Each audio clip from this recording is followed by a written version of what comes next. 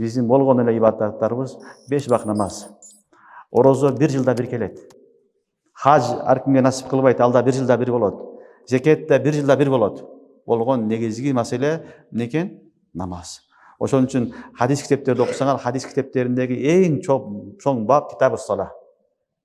Китабы сала бүт эң чоң баб ошол намазды камтыган. Балдар 3 ай, 4 ай китабы сала окушат. Себеби эң негизги маселе болгон үчүн анын көрсөтмөсү дагы көп, шарттары дагы көп, анын маселелери да көп болгон үчүн пайгамбарыбыз саллаллаху алейхи вассалам өзү баяндаган.